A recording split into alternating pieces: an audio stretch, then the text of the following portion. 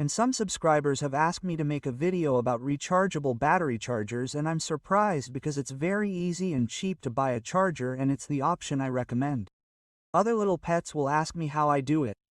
Well, I recharge them with my adjustable power supply.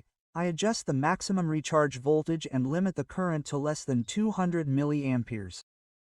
And over time, when the current supplied by my source is close to zero, it's charged.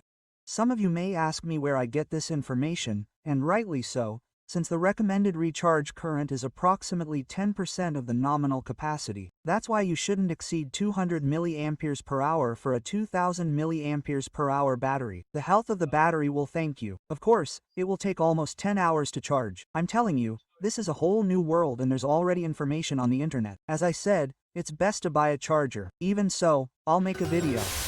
Okay, first of all, I have the 1.2 volts battery here, ready in its socket, discharged so I can test it.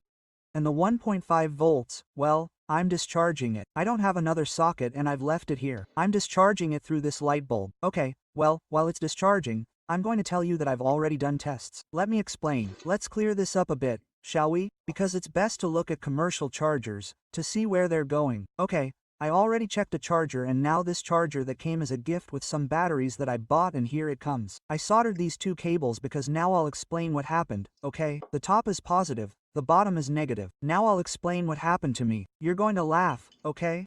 This is the circuit, okay? Of the battery charger. Well, I started doing some tests. I connected the battery, and since the banana plugs I was using were the same color, I trusted myself and put them in the wrong way.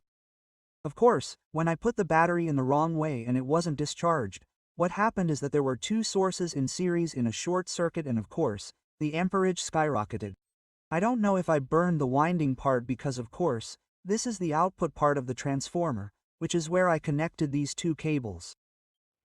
Okay, I've already measured it before. It gave me 5 volts, that is, the circuit to charge the batteries is 5 Vhm. From this transformer, before this transformer, it's connected to the 230 current. What happened? The current rose so much that the diode broke and gave continuity. The current passed. The electrolytic capacitor had to accept alternating current, and it's not prepared for alternating current, it's for direct current, and it exploded.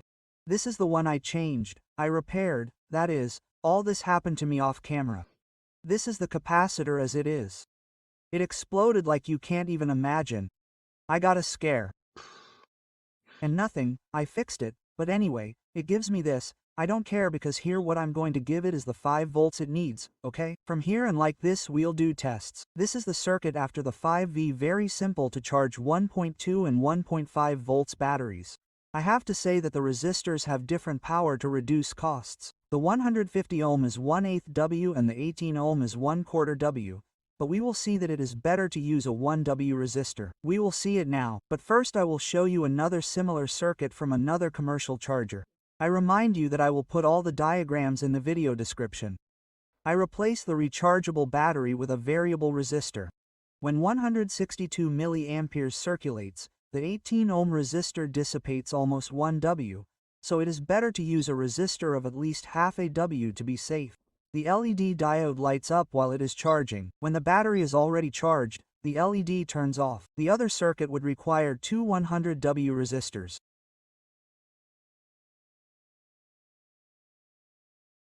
This circuit is for 12V with a 5 volts regulator and maintains a constant current of approximately 100 milliamperes. So I don't like it because the current doesn't decrease much when it's charged. Well, the other circuit is the same, but at least the LED tells you that it's charged. The 47 ohm resistor should be 1 WA. This circuit is similar, but with an LM317 regulator. Approximately 120 milliamperes would flow, and the 10 ohm resistor should also be 1 W. Here you have another circuit. The 9.1 resistor should be at least half a W. I'm showing you many circuits, so you can choose the one you like the most. Here you have a more pro circuit. Well, the Zener diode is what regulates the output voltage. So we can put the battery we want depending on the Zener diode we put. The 9.1 volts resistor should be 1W or even 1W. Of course, depending on that resistance, we will have more or less intensity.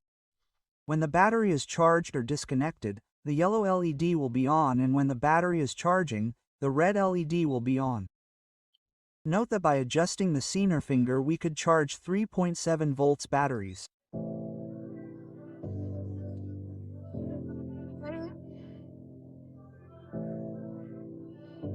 Never said you felt the way.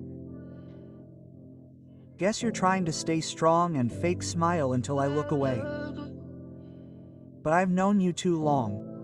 It hurts to watch your blue eyes fade to gray. You fade away.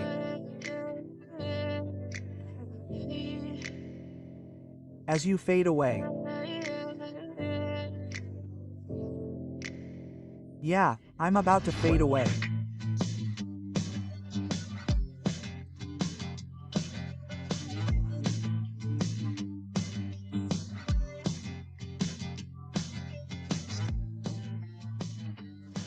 You will have the diagrams in the description.